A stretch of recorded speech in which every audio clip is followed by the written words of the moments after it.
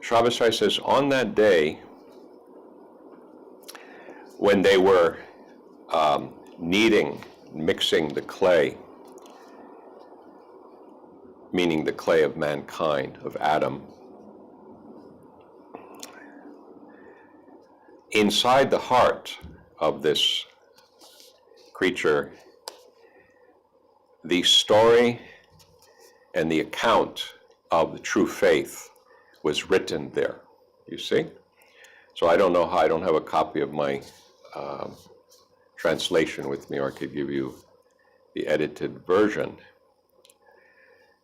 So again, on that day, which refers to a day before time, he's calling it a day, but it is not a day within time. It is a state. It's در آن روزی که گلها می سرشتند و دل در قصه ایمان نوشتند. So iman is a word that means faith, and it is very closely related to amanat, which you would see in any dictionary. So he says, now we are turning to the commentary by Lahiji. And Lahiji wrote the most beautiful, complete commentary on the Garden of Mystery. And so I'm reading from that. He says, Esharat ast bahadith qudsi hamartu tinata adama biyadi arba'ine sabaha. یعنی در آن روز فطرت که تینت و حقیقت انسانی با قابلیت جامعیت مظهریت علم و معرفت تام و تجلی اقدس به یدی جمال و جمال مخمر گشته بازیور و زینت معرفت و اقرار و تصدیق ذاتی اولئک کتب فی قلوبهم الایمان در علم حق ظهور یافت و با وجود علمی متصف شد مستعد کمال عرفانی بود. So we'll stop there. He's saying this line of Shabbos stories, he says this refers to the Hadith Qudsi, so a revelation directly from God to Muhammad, peace be upon him. Hamartu tinata adama biyadi arba'in sabaha.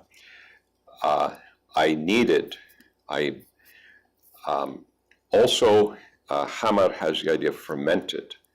I kneaded and fermented the clay of Adam with my own hands for 40 days.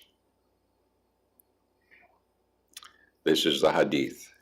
In other words, on that day of the fitrat has the idea of the primordial creation, the initial creation, the fundamental creation, and therefore referring to the fundamental nature of the human being.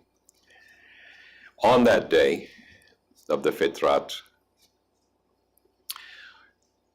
where the clay and therefore the reality of the human being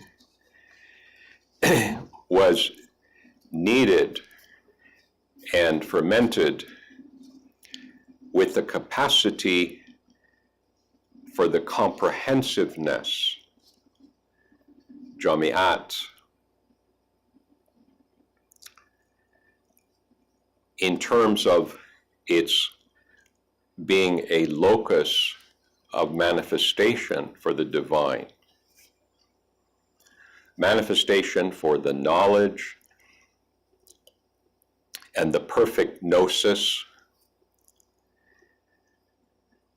in the most sacred effusion, tajalli. So what we have to understand here, if I stop for a moment, what we understand here is that we can easily understand it using Western thought, where we have the Neoplatonic idea of the one, and then we have a descent, the first effusion, the first tajalli, you see, the first manifestation, if you would like, called the Most Holy, Aqdas. And this in Western thought is nous. This is the domain of noetic possibility. So it's a world of ideas for Plato. Here, it's more about this domain where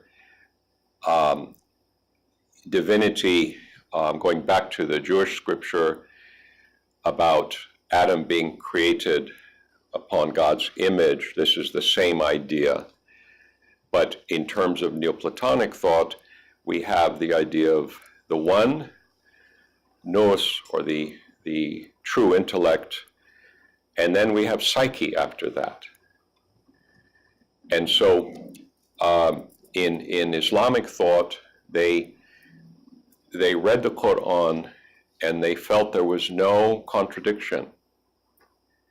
From what they could tell in the Quran, there was nothing threatening about, I'm talking about for those educated Muslims at the time who were not identified as Sufis per se. We're talking just about what they read, whether they were the philosophers or whether they were the religious people. They saw, as those works were translated into Arabic from Greek, they saw no inconsistency, and therefore they held the Greek teachers like Plato. They felt it was Plato, it was really Neoplatonic. They felt that these were prophetic books, that these were part of the Al-Kitab, the people of the book. And they thought it had to be so because of what they were writing. There was this divinity who is one, indivisible, who then manifests at these different levels. Now, the level he's talking about here would be the first effusion, which is called Aqdas. So when we hear this word Qudus, right, it means holy, doesn't it? So the most holy is Aqdas, that's what he's talking about. That would be nous, and then psyche would be Muqaddas. So that would be the next level, but he's saying it's at the first level. The question that's been put to me by one of our viewers is, would I please say more about the verse on the trust, the amanat? And the only way we could understand the trust is to think about how it was received, let's say, by the mountains. As you know, in the verse, God says, I offered the trust to the heavens and the earth and the mountains, but they refused it. And they cowered from it. They were scared of it. And it was the human being who accepted the trust, because truly the human being is cruel and ignorant. This is we've talked about this, the paradox of this. And the reason I decided to introduce the topic in this different way tonight is because we have to understand that many of the things that we hear about in Sufism, or that we wish to explore, they have to be thought about in terms of the particular domains separate domains in which they manifest. So, for example, we have the idea of Adam, who is being talked about here as being, the clay of Adam is being kneaded, is being mixed in a very remote, sacred place where God is with himself and knows himself, and as you recall, has a desire to be known. According to the hadith, I was a hidden treasure and I love to be known. And I created Adam and the cosmos so that I may be known. And so this is called also not just the Faiz al-Aqdas, it's called the Faiz al-Zati and Hubi. So it's based on love, Hub, the love he has, a love to be known.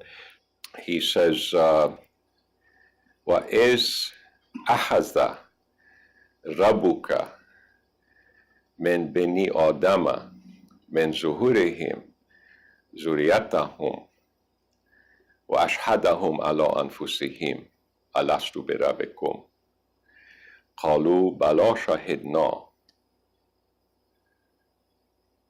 an taqulu yawm al-qiyamati inna kuna an haza ghafilin. You see, am I right? This is a very important verse of Quran.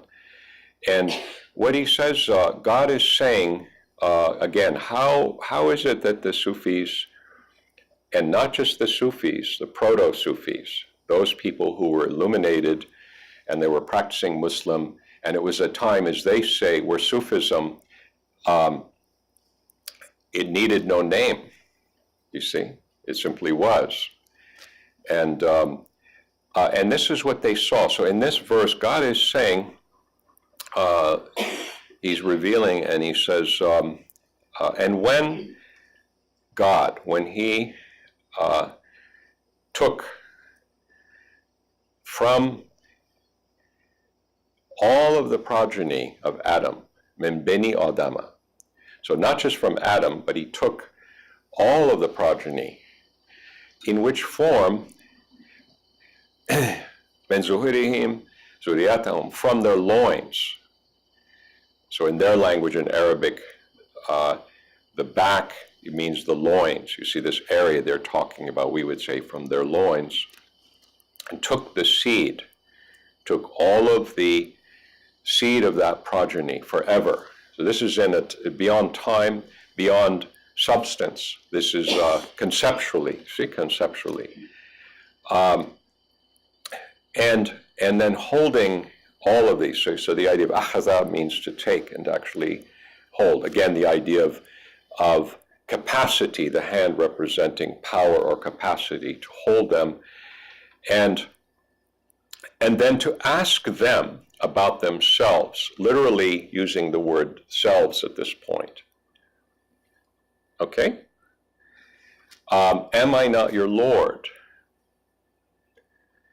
Indeed, yes, they witnessed, you see, because he calls them to witness. They said, yes, we witnessed this is so. Lest on the day of the resurrection, they say that they were unaware of this. Lest on the day of the resurrection, they say they were unaware of this. Now that's a very interesting thing, because we have to have a bit of an imagination to try to grasp what's going on here.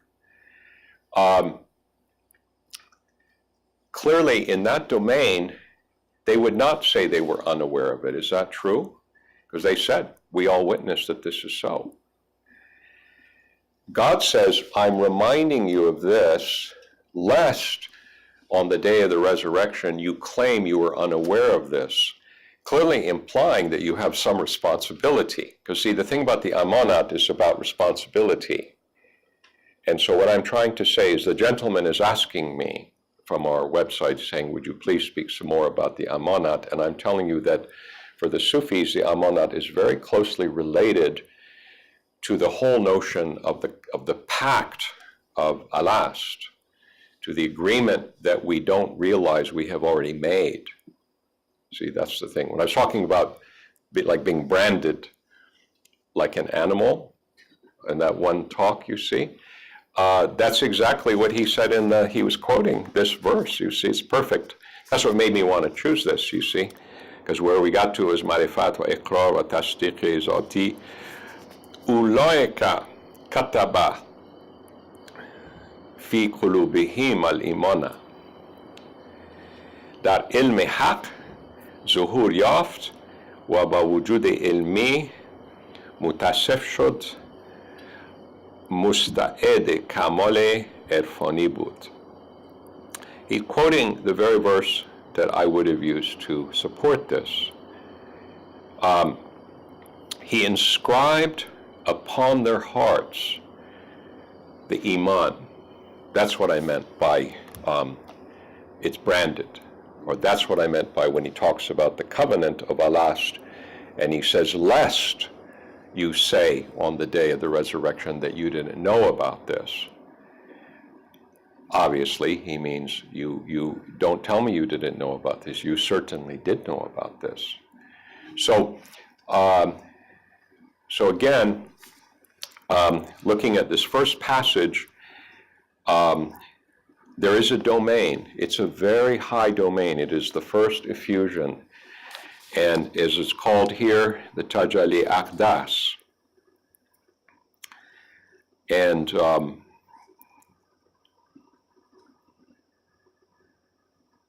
he's saying that at this level, what we have to imagine, whatever he means by the hands of what is beautiful and what is powerful, Jamal wa Jalal, Muhammad Gashta. This has to do with the divine names, and throughout Sufi literature we find that the two hands of God, very often they refer to what are called the two varieties of the divine names, Jalali and Jamali. And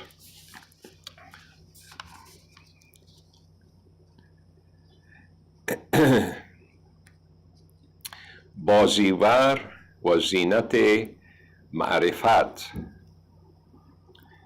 و اقرار و تصدیق ذاتی,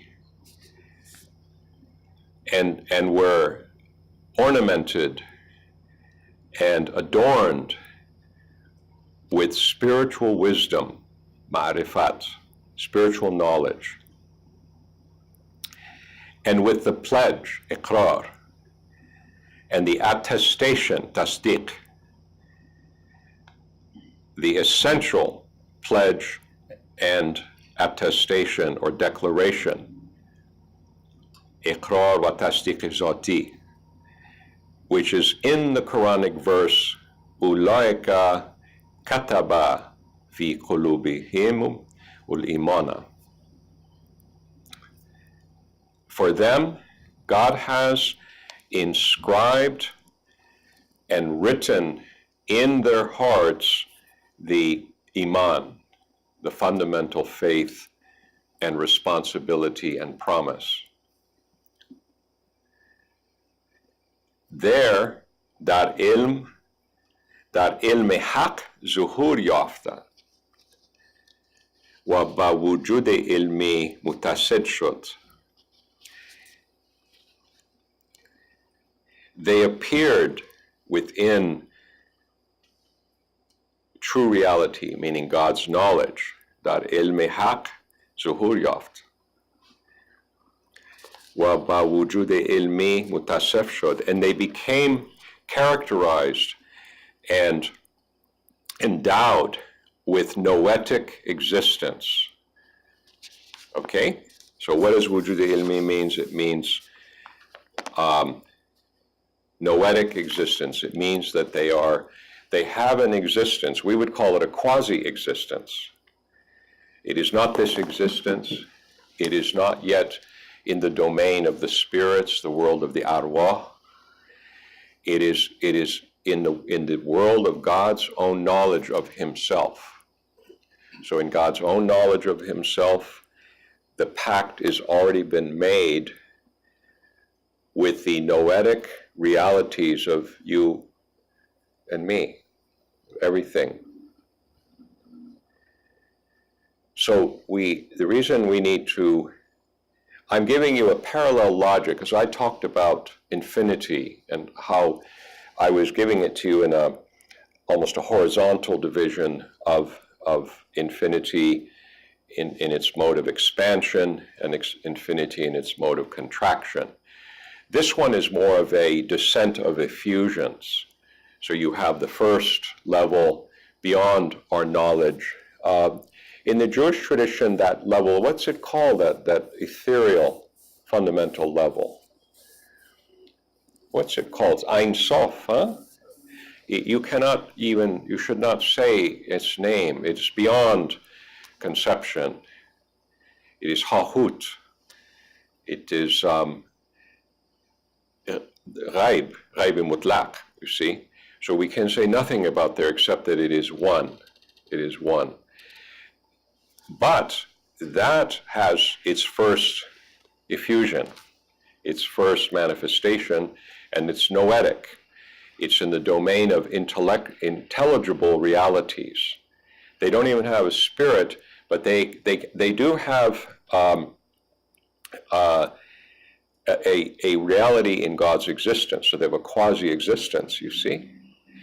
And it's from that level that we get this level of alas that I was talking about, where God says that he has pulled from the children of the humans all future, right? He says, Ez ahaza rabuka min beni adama min zuhurihim zuriyatahum. When God took from all of the offspring of the humans, you see, from their loins, their essences, took their essences, and spoke to them. God spoke to them and said, do you witness that I am your Lord? Am I not your Lord? Alastu birabikum. Qalu, they all said, Bala shahidna. Yes, we witness this is so. So this happened a long, long time ago, as they say, which is also known as right now. Because the mysterious thing about a long time ago in the world outside time, it's always in its pristine state, and therefore it's always there. And I was quoting to Dao John just earlier, a verse from Quran. God says, وَإِن مِّن شَيْءٍ إِلَّا عِندَنَا خَزَائِنُهُ وَمَا نُنَزِّلُهُ إِلَّا بِقَدَرٍ مَعْلُومٍ. There is not a thing whatsoever for which we do not have its treasury, meaning we have the treasury for everything whatsoever, but we only cause it to descend in known measures. You see? And that's a beautiful idea, because what you can imagine there is a world of noetic, intelligible realities, meaning sacred, pristine realities, called the ayonis thabeta. Isn't that true? These are the ayon, the essences. And we can imagine that that is the fundamental origin of all of these things. But there is a kind of trickle down according to the receptivity in the moment. So the wonderful thing to remember about the ayan, meaning the essences, is that they are fixed in God's knowledge, but they are not fixed in our knowledge. We have a very limited knowledge of our own essences, because he says he will only cause to descend for them, for any of the entities, from their treasury. Each one has a treasury. You only cause to descend those blessings according to a known measure. You see? You guys know this verse, huh? Very important verse, huh? وَإِن مِّن شَيْءٍ إِلَّا عِندَنَا خَزَائِنُهُ وَمَا نُنَزِّلُهُ إِلَّا بِقَدَرٍ مَعْلُومٍ. Very important, because that allows us to realize that regarding the trust, more of it could descend into my consciousness as time goes on. The world outside of time, all is known, all is held. The world inside of time, things are changing. And part of what's changing is the world of decay, and part of it is the world of growth. A child is small, is innocent, has a great deal of growth, beauty, acquisition ahead of it. In old age, we are in the realm of decay, but in the natural scheme of things, from the Sufi point of view, it is the age of expansion in knowledge. And that is why prophecy does not begin before the age of 40, from their point of view. You see? Because one has to be able to receive these realities. And so the things from that domain, in other words, that trust is held. We're aware of that trust to whatever extent we're able to, but we should not imagine that we have grasped that trust fully, because God is saying he will only reveal that in measure, by known measure, by what he knows as the measure. Okay? So this is the first point. And another one, like if we're looking at Quranic verses, he says, قَدْ أَخَذَ مِيثَاقَكُمْ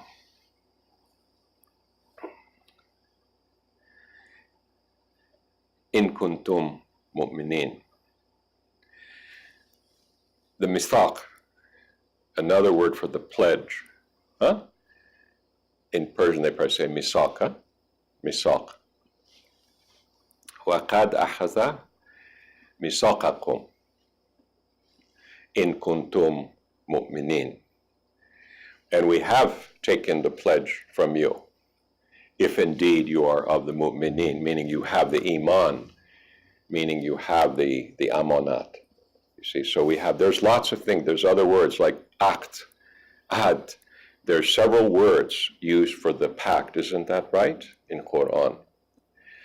And so these all have to do with the same topic that this gentleman is asking about, which is the trust, huh?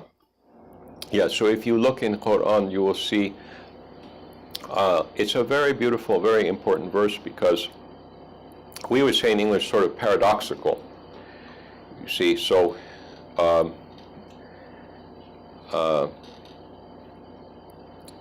so God says, إِنَّا أَرَدْنَا الْأَمَانَةَ عَلَى السَّمَاوَاتِ وَالْأَرْضِ وَالْجِبَالِ فَأَبَيْنَ أَنْ يَحْمِلْنَهَا وَأَشْفَقْنَ مِنْهَا وَحَمَلَهَا الْإِنسَانُ إِنَّهُ كَانَ ظَلُومًا جَهُولًا. Okay, this is the verse. See, so we offered the amanat. So that's the key word, huh? Do you know what amniyat is? No? Do you know amniyat? Safety. I'm sorry? Amniyat is when it's calm and it's peaceful and it's safe. Yeah, so from this word we have safety. We would also say, don't we have security? Yes. See, security. We have security. Yes. We have, what's iman? Faith, huh? Faith. So we have security, we have safety, we have peace, huh? We have faith. Do we have trust? Yes. Yeah, we have trust. All of these things are in this word. And what's paradoxical is at the end, where he says about the, وَحَمَلَهُ الْإِنسَانُ إِنَّهُ كَانَ ظَلُومًا جَهُولًا. And the one who took on this beautiful trust was the human being. Surely the human being is cruel, unjust, and ignorant. You see? It's paradoxical, agreed? But remember, that is in this domain that God's talking about there. And the Sufis naturally see that this had to have existed in another domain. For Ibn Arabi, the essences and God are one thing, not separate things. For the Akbari, the Tawhidi Sufis, the essences, they are God looking at himself, and in this effusion, Tajalli Aqdas, God is only looking at himself. Did Ustad used to say something like this? Yes, tell us, Faisal, because you were there. What did he say about Alast? That God was speaking to himself. God is only speaking to himself at this level. Each one of us is a shade, an aspect, and in particular a limitation in this domain, but from the domain that we come from, we are none other than God's self-knowledge. We are none other than part of God's self-knowledge. In Quran, as I have explained, using Quranic verses instead of referring to Sufi, because this is a hard argument to have with religious people, so you have to be prepared for this discussion with religious people. So when God says, إِنَّمَا قَوْلَنَا لِشَيْءٍ إِذَا أَرَدْنَاهُ أَن نَقُولَ لَهُ كُن فَيَكُن. So normally we think of kun fayakun, be, and it is. We think of a command, don't we? Coming out of nothing. But it's not coming completely out of nothing. It is coming out of God's knowledge of things, you see? Do you understand this verse? He says, God says, we only have to say to a thing when we want it, be, and it is. Well, if it's not there yet, we only have to say to a thing, be, and it is. It's obviously there somewhere. You follow me? The way the grammar of the Quran works, it is there as a noetic element, you see? So the idea of kun fayakun is normally used to represent coming into this domain. Now, I agree, in this domain, the human being really is cruel. I mean, look at around, just read the newspaper, like cruel, ignorant. I mean, it's like the height of cruelty and ignorance, right? But not in that domain. So there are these domains of turbidity, let's call them of darkness, descending into domains of darkness. And there are the inherent natures, as I was saying, and God has said that he's knowing himself through the comprehensiveness. So necessarily there should be free will in there. But what I'm trying to say to you is there's a dualistic view. God versus creatures. Creatures have free will, and God has given them free will. Then there's the view of the Unitarian Sufis. They say there is only God and God. So there's no need to develop a device to share free will, because God already has will, and it is inherent in the creatures, just as limitation is inherent in the creatures. You see? So in regards to the Amana, and I would hear this in the past, that I would always assume that the human is accepting the trust out of ignorance. But in light of what are some of the things that you're saying is in this other domain, is the human accepting the trust out of knowledge, or is it out of? Well, it is out of not being given a choice in the matter. Because remember, what the Amonat is really about is something coming from God that is scary to other creatures, and I've given several examples. Lao anzalna hazal Qur'ana ala al-jabali la ra'aytahu hashi'an mutasaddi'an min hashatullah. If we were to cause to descend this Quran upon the mountain, you would see it. You would see the mountain cowering, humbled and cowering out of fear of God's immensity. You see, fear of God's immensity. So that is a very strong verse, agreed? And what we see there is a choice is not being given, is it? The analogy is being given. God is talking to someone, in this case to Muhammad, peace be upon him, and asking Muhammad to share this with the followers so that one has a sense of the immensity of the revelation coming to him, agreed? And he has, Muhammad necessarily must be ignorant in the good way. Why is he ignorant in the good way? You mean about not knowing about the writing? He's illiterate. Yeah. He's ignorant.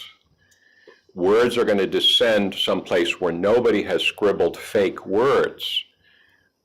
Petty, limited words. There's going to be a blank slate here. Isn't that ignorance that has actual wisdom in it? Agreed?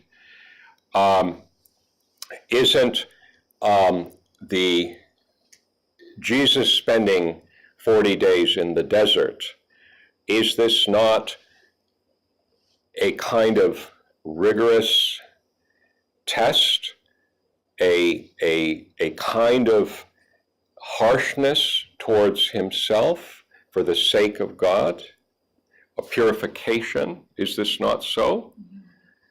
So the point is, we have to hear these words in the context of the rest of the Quran and what it's supposed to mean. And yes, it's laughable and comical that it applies to all human beings, because for most human beings, it would be the opposite, wouldn't it? They would be ignorant because they're idiots and ignorant, or they would be cruel because that's unfortunately a part of human nature.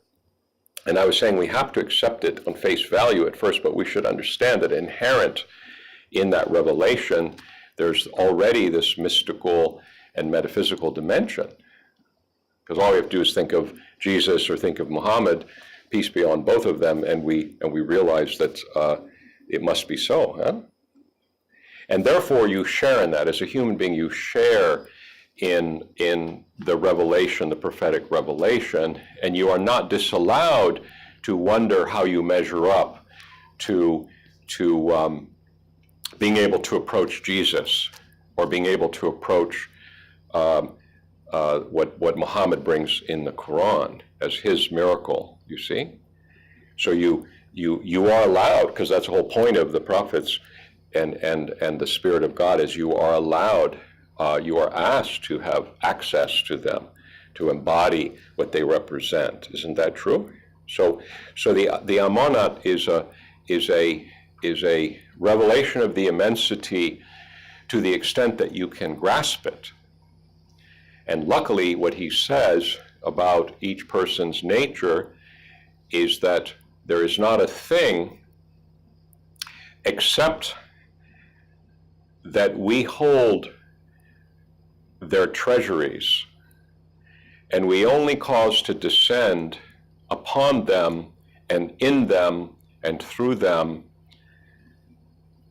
what is in accordance with a known measure of what they could handle at the time. Prophecy, as I said, is described in this tradition, many of the traditions, as starting not when you're 14, but usually when you are older and you've been seasoned and tested and so forth, you see? Usually the age is 40. It's regarded as 40. Well, that in those days, the life expectancy was not all that great, was it? So you're sort of an elder. You're an elder, but not that you wouldn't receive revelation earlier than that. There's cases where that has happened. You see what I'm saying? Well, Rahim it has the same numerology as the prophet Abraham, just so you know. It is the mercy that you can become worthy of. So there's the fundamental mercy that includes all things, no matter good or bad. And then there is that Rahim would be activating the trust. Okay? We could, in the context of our conversation, we could say Rahim is the vehicle for activating the consciousness of the trust. And for that you would be the Hanif, the solitary one who knows God already despite what his own people are doing, which is idolatry. But he knows inside of him, because God's Amonat is inside of him, and he has the Rahim, he has the awareness of the Amonat. So no matter what somebody tells him about the idols, he's simply not capable of accepting that. He can only recognize one creator, you see? He can only recognize oneness.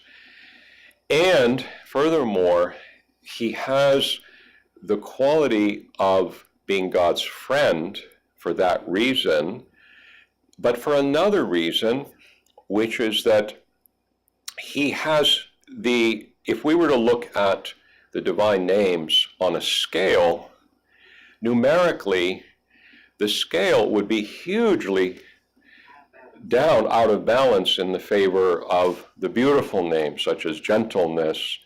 And God specifically says that you are the gentle one.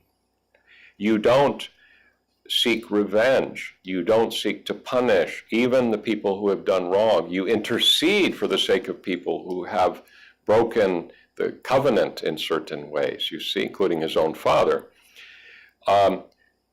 Gentle, kind, you see. So in addition to being able to support the knowledge of the immensity, which is really what the Amonat is, it is only because of the Rahim that is possible.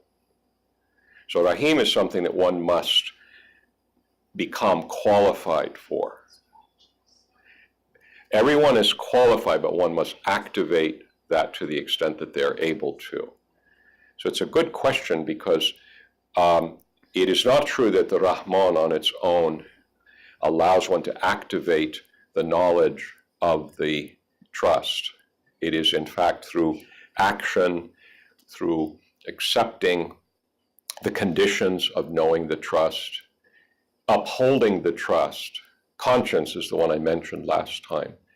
If your conscience tells you that something is wrong and unjust, if you do nothing about it, you do not have the Rahim. You have an intellectual reality, right? But if you're willing to stand up for the oppressed, for classes of people that are looked down upon, then you are with the Rahim, because that's exactly what the prophet Abraham would do. You see? So yes, it's very important